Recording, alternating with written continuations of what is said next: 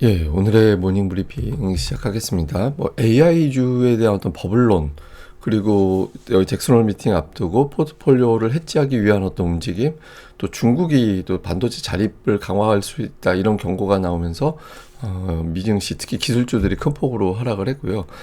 잭슨홀 미팅 앞두고서 파월이 신중한 발언을 할 가능성이 높아지고 있다, 이런 식의 분석이 금리 인하에 대한 신호를 줄 것이다, 이런 어떤 기대보다 더 높아지고 있는 것은 사실입니다. 우리 증시는 이제 박스권 하단에 위치해 있는데, 여기서 또 하필 기술주들이 약세를 보이면서 초반에 박스권 하단이 깨질 가능성이 높죠. 그러니까 오후장의 어떤 움직임이 상당히 중요할 것 같고, 특히 외국인 투자자들이 지난 주말 이후에 넘어가면서부터 이제 매도, 주초에 이번 주에 매도를 강하게 하고 있는데, 이 매도의 흐름이 오후장에서 어떻게 바뀌는지 주목을 해봐야 될 것 같습니다.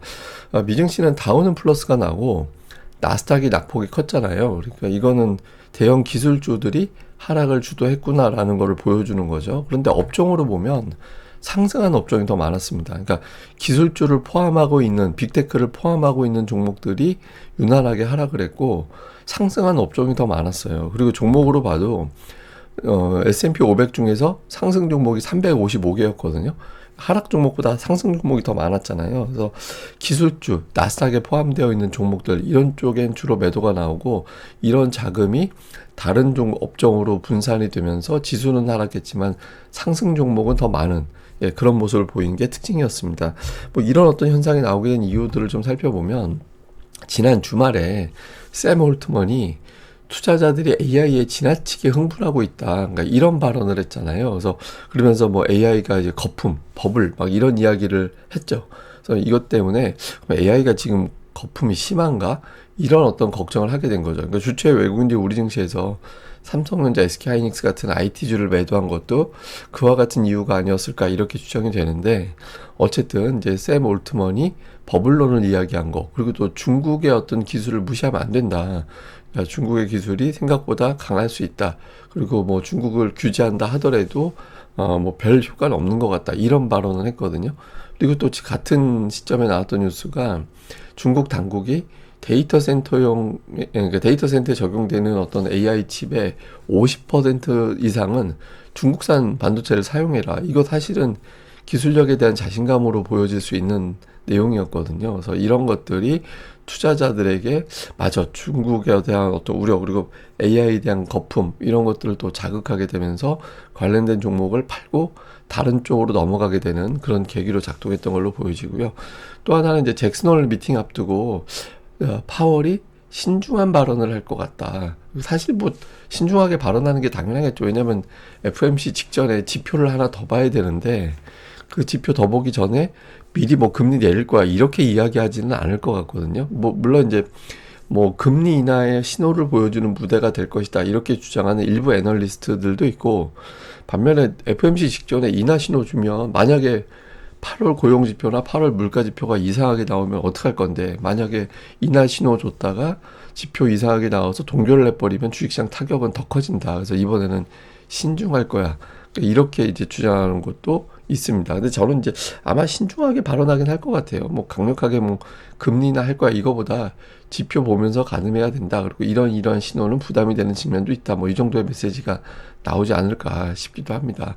근데 어쨌든 잭슨홀 회의 앞두고 이런 어떤 AI 버블론, 이런 것들도 겹치고 하다 보니까 직전에 했지, 그러니까 이제 기술주라든가 경기 관련된 종목에 지나치게 쏠려 있는 거를 다른 쪽으로 분산하는 그런 해지 거래가 좀 활발하게 진행이 됐던 걸로 추정이 된다, 이런 분석도 있었습니다. 그리고 이제 또 하나 중요한 건 그 소매업체 3대장, 홈디포, 타겟, 월마트, 이런 어떤 소매업체들 실적이 나오는데, 이게 되게 중요한 건 기업들, 특히 이제 미국 경기를 가늠하는 기업들이잖아요. 그래서 미국의 소비를 가늠하는 기업들의 실적이 나오면서 이것도 되게 중요한 주목을 받았는데, 일단 홈디포는 예상치보다는 조금 낮게 나왔습니다. 그런데 그렇게 큰 차이는 없었고, 그러면서도 올해 실적 전망치는 또 유지를 했거든요. 그래서 선방했다, 이런 평가가 나오면서 주가는 올라서 소매업체 3대장 출발은 괜찮았다, 이 점도 시장에서는 주목을 했습니다. 그리고 이제 국채금리 추이인데, 최근 5일 동안 국채금리 추이거든요. 오늘은 약간 빠졌어요.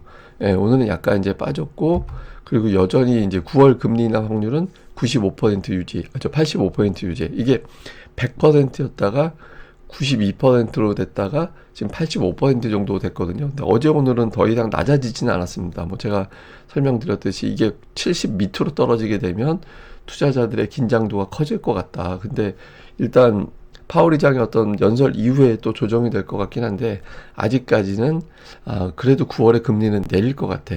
그러니까 이런 기대감이 조금 더 높아져 있는 그런 상황이긴 한 것 같습니다. 근데 이게 원래 잭슨홀 미팅 있는 주간에 주식시장이 이렇게 나쁘진 않았어요. 그러니까 미국 기준으로 보면 잭슨홀 미팅이 열리는 주간에 평균 0.8% 올랐거든요. 그리고 2009년 이후에 하락한 것보다 상승한 비율이 2배 정도 돼요. 그래서 뭐 특별하게 어떤 잭슨홀 주간이라고 해서 이렇게 뭐 긴장을 하거나 그러지는 않았거든요. 근데 이제 워낙 2022년도에 그때 급락을 해서 그때 뭐 파월이 어떤 강력한 긴축의 메시지를 내면서 그때 급락하고 뭐 그랬던 것 때문에 그때 놀래서 그렇지 원래 뭐 잭슨홀 미팅이 뭐 어떻게 어마어마하게 투자자들의 긴장감을 높이거나 그런 이벤트는 아니었습니다. 그러니까 약간 좀 언론에서 미국 언론이라든가 분석가들이 좀 유난하게 이번에 좀 과장하는 그런 측면도 있는 것 같아요. 근데 이제 시장이 좀 버틸 수 있다 이렇게 보는 이유 중에 하나는 뭐 여러 가지 긴장도가 있지만 그렇게 하락으로 터무니없이 가지는 않을 것 같다라고 보는 이유 중에 하나는 그러니까 미국 기업들의 실적 전망이 아직까지는 크게 문제가 되고 있지는 않거든요. 그러니까 이번 분기 다음 분기 EPS 7%대 올라가고 내년도에는 분기마다 모두 두 자릿수 이상 EPS가 늘어날 거다. 주당 순이익이 늘어날 거야. 이렇게 보고 있거든요. 그리고 이제 최근에 보면 기업들의 실적 추정치가 상향되고 있어요. 예, 상향되고 있는 비율이 제법 높습니다. 그러니까 지금 보면 그냥 뭐 동결하는 것보다 상향하는 기업들의 어떤 비율이 2배 이상 높아지고 있거든요. 그러니까 과거에 비하면은 이거 굉장히 이전 어떤 수치에 비해서 상향 비율이 되게 높아진 거예요. 그래서 최근에 관세 때문에 걱정을 했는데 기업들의 실적이 생각보다 양호하다. 그러니까 이런 분석이 나오면서 오히려 기업들의 실적은 상향 조정되는 그런 분위기라서 뭐 시장 터무니없이 빠지지는 않을 것 같다. 그러니까 이런 분석도 생각보다 많이 나오고 있습니다. 주요 종목들은 대형주들은 싹 다 빠졌죠. 예, 우리가 흔히 얘기하는 이제 메가세븐, 빅테크 이렇게 이제 분류가 되는 종목군들은 많이 빠졌고 특히 이제 팔란티어가 오늘 9% 빠졌어요. 예, 팔란티어는 이제 방산도 겹치고 AI도 겹치고 이런 기업이잖아요. 근데 어쨌든 뭐 오늘 9% 빠지면서 AI주 약세를 주도했다 이렇게 평가가 되고 인텔이 오늘 올랐는데 소프트뱅크에서 20억 달러 투자한다고 이런 보도가 나오면서 올라갔죠. 그다음에 이제 엔비디아는 사실 오늘 은근히 괜찮은 뉴스도 있었거든요. 그러니까 중국용 신규 칩을 개발하고 있다. 그래서 9월에 테스트를 하고 또 중국 업체들한테 보여주고 해서 이제 세일즈하고 이제 그쪽으로 제품 판매가 시작이 될 거야. 이런 보도가 있었거든요. 근데 이제 어쨌든 그런 보도보다는 오늘의 AI 버블론 이게 더 크게 작동이 되는 그런 영향을 그렇게 됐고 홈디포는 이제 말씀드린 대로 실적 가이던스가 유지가 되면서 소비가 그렇게 위축되지는 않나 보다. 이제 홈디포는 건축자재 업체예요. 예, 건축자재 업체인데 이게 또 선방을 했다라는 거는 미국의 경제 활동, 특히 건설 활동이 괜찮다라는 걸 보여주는 대목이거든요. 그래서 미국 경제가 아직까지는 이렇게 깨지진 않았구나라는 거를 또 입증하는 그런 측면도 있습니다. 그리고 이제 유럽은 방산주가 많이 빠졌거든요. 그러니까 러시아 우크라이나 종전 가능성 때문에. 근데 로키드 마틴은 장 초반에 하락했는데 강보합으로 끝났습니다. 그래서 뭐 미국의 어떤 방산주들은 러시아 우크라이나 종전 가능성에도 그렇게 크게 타격을 받지는 않는 종목별로 좀 엇갈리긴 했는데 그렇게 심각하게 타격을 받지는 않았다. 이게 오늘장의 특징주로 보시면 될 것 같습니다. 근데 이게 그 메가세븐 버블론 이야기하기에는 그렇게까지 그러니까 선행 P 이게 보면 뭐 30배, 29배 정도 되거든요. 근데 이전에 2000년도 이후에 어떤 패턴으로 볼 때 그렇게 아직 버블까지는 아닌 것 같아요. 그래서 뭐 버블론이 이야기 나오곤 있지만 수치상 완전히 버블은 아니라서 이제 오늘 주가의 반응은 좀 과도했던 것 같다. 이런 해석도 있는 것 같습니다. 자, 우리 증시는 코스피가 박스권이 다시 깨져 있는 상태가 됐잖아요. 그러니까 하단까지 내려와 있는 상태가 됐죠. 그러니까 3150 하단, 3250 상단 이렇게 작동하고 있는데 근데 이 하단에서는 외국인 투자자들이 좀 매도를 부드럽게 하거나 매수를 강화하거나 이런 패턴으로 바뀌었었거든요. 그러니까 지난 7월 17일에 하단 깼죠. 근데 그 다음날 외국인들이 매수를 늘리는 그런 모습이 있었거든요. 그리고 7월 23일 그때 전후에서도 또 그 하단으로 가는 그런 모습이 있었는데 직전에 순매도했던 외국인 투자자들이 다시 순매수를 또 늘리는 그런 움직임이 있었거든요. 그리고 지난 8월 때, 8월 1일 그때 그 세제 개편안 이슈로 증시가 폭락을 했고 그때 또 하단을 아예 깨고 내려갔었잖아요. 근데 그날 외국인들이 강하게 매도를 했었는데 그 다음날 순매수로 바로 바뀌는 그런 모습이 있었거든요. 근데 하단에서 어쨌든 외국인들이 매도를 하다가 줄이거나 매수를 줄였다가도 다시 늘리는 그런 모습이 있었어요. 근데 오늘은 사실 분위기가 썩 좋은 구도는 아니죠. AI 버블론도 있고 뭐 하면서 이런 것들이 지금 겹쳐 있는 상태인데 이제 여기서도 외국인들이 좀 돌아서 줄 거냐. 특히 오후장에 그러니까 매도로 출발한다 하더라도 오후장에 좀 줄이는 그런 흐름이 나오는지가 되게 중요하거든요. 그래서 오늘 장에서 어떤 외국인들의 흐름 주목을 해봐야 될 것 같고 또 코스닥도 오늘 굉장히 중요한 자리인 게 지난번에 61선에서 강력하게 튕겨서 올리는 그런 움직임이 있었거든요. 근데 최근에 수급이 조금 좋지는 않았어요. 왜냐면 외국인 기관이 동반해서 이틀 연속 매도한 적은 없었거든요. 예, 뭐 외국인이 이틀 매도하거나 기관이 뭐 매도하거나 그런 적은 있었는데 외국인 기관이 동반해서 이틀 연속 매도한 적은 없었습니다. 근데 지금 61선까지 내려와 있는 상태, 그러니까 이런 상태에서 계속해서 이제 매도가 강화가 된다면 코스피 하단에서 외국인들의 움직임이 더 강화가 되고 매도 움직임이 강화가 되고 코스닥이 여기서 수급이 바뀌지 않고 이렇게 된다 그러면 이제 잭슨홀 회의 해석이 되는 시점까지는 외국인들이 안 돌아오겠다. 그리고 시장은 박스권은 의미 없다. 이렇게 이제 해석이 되는 거라서 오늘 특히 오후장에서 어떤 변화가 어떻게 나오는지가 이래저래 되게 중요할 걸로 보여집니다. 그러니까 최근에 고객의 예탁금 추이가 7월 28일에 67조 원인데 지금도 67조 원이잖아요. 예탁금이 변화가 없어요. 그러니까 이제 결국에는 외국인 기관이 키를 쥐고 있다라고 봐야 되거든요. 그래서 좀 오후장에서 또 그럼 봐야 될 것 같고 또 이제 키를 쥐고 있는 종목들 예를 들면 삼성전자가 21선 언저리에서는 올렸었거든요. 그러니까 6월 이후 보면 21선이 굉장히 중요해요. 저 빨간색 선이 21선인데 이 위치가 굉장히 변곡점으로 작동을 했었잖아요. 이 어떤 삼성전자의 어떤 움직임, 그 다음에 어제 급락을 했던 원전주들, 두산에너빌리티, 이게 이제 오늘 장에서도 별다른 회복 시도가 나오지 않는다라면, 이게 제가 뭐 축구 선수로 비유를 했죠. 이게 굉장히 큰 부상 입은 거라고. 그러니까 어제 되게 세게 넘어졌는데? 라고 했는데, 알고 보니 타박상이네? 라고 이제 바로 그 다음 경기 뛰는 모습을 보여주냐, 아니면 그 다음 경기 또 못 뛰는 걸 보여주면 얘 정말 뭔가 큰 부상 입었구나, 뭐 미세골절, 아니면 뭐 햄스트링 다쳤거나, 이러면 몇 주 동안 복귀가 안 되는 거잖아요, 선수로서는. 그러니까 바로 직후의 움직임이 되게 중요하거든요. 그래서 어떤 움직임이 나오는지. 이건 조선주도 마찬가지죠. 근데 조선 같은 경우는 어제 기금 문제, 기재부에서 그 마스크와 관련된 기금 조성 쉽게 나서기 어렵다 이런 발언이 나온 거, 그 다음에 중국에서 우리나라 조선업체에 대한 견제 발언이 나온 거, 이런 것들이 겹쳤었거든요. 근데 이제 또 한미 정상회담 앞두고 또 기대감도 부각될 수도 있는 거잖아요. 그래서 이런 종목군들이 어떻게 반응하는지 되게 중요한 이슈로 봐야 될 것 같습니다. 그리고 코스닥은 이게 이제 대형주들은 6월 이후에 플러스에 아직까지는, 근데 중소형주는 마이너스거든요.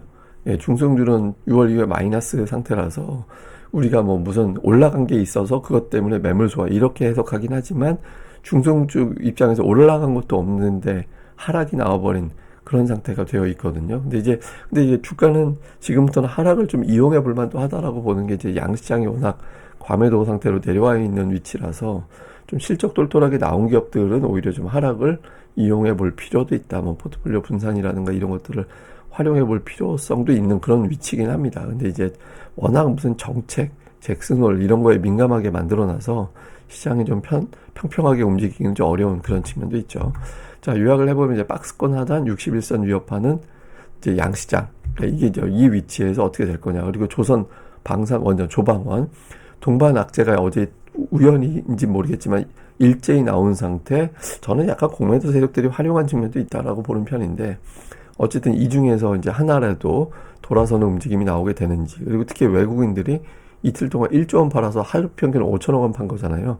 이게 오후장에서 줄어들어야 되거든요. 그러니까 이런 구도가 나오느냐. 그리고 어제 하락에 버텼던 삼성전자와 자동차주, 그러니까 오늘장에서 어느 정도 역할을 해줄 수 있겠느냐, 그러니까 이런 부분들도 잘 봐야 될 것 같습니다. 근데 우리 증시가 좀 약하긴 해요. 그러니까 이게 보시면 오른쪽에 보고 있는 게 한 2달 정도 전에 한번 제가 이제 보여드렸던 데이터거든요.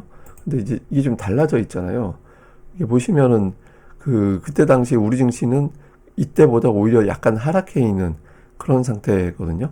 근데 그때 뭐 일본 같은 경우는 25% 정도 이제 요 정도 상승률이었다가 지금은 41%. 그러니까 왼쪽이 2달 정도 전, 오른쪽이 현재 데이터 이렇게 보면 되는데, 근데 어쨌든 일본은 그때 당시에 26% 정도 상승률이었는데 지금 41%로 올라가 있고, 나스닥 같은 경우는 오늘 거 반영이 안 돼 있는 수치긴 합니다만 어쨌든 그때 35% 정도였는데 지금 46%, 12%포인트 상승률이 올라가 있잖아요. 예, 그러니까 뭐 대만이 28%였는데 40% 올라가 있고, 그러니까 우리나라가 이제 조금 눌려 있어요. 그래서 이게 그 전에 워낙 많이 올라 있기 때문에 눌려 있다 하는 거지만 4월 저점부터 상승률은 우리나라가 압도적인 또는 상승률 최상단 코스피 같은 경우는 그랬는데 지금은 순위가 어정쩡하게 밀려 있죠. 한 4위 정도. 예, 한 4위 정도권으로 이제 밀려 있거든요.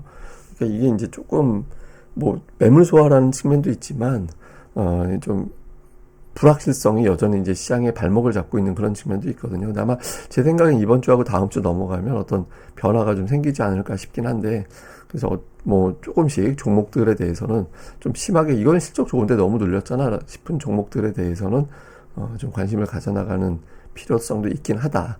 예, 근데 이제 순탄하지는 않을 것 같다라는 점도 염두하면서 접근을 해야 될 것 같습니다. 예, 또 하루 또 잘 보내시고요. 저는 또 다음에 뵙겠습니다. 이 방송 구독하기와 좋아요 꼭 부탁드립니다. 감사합니다.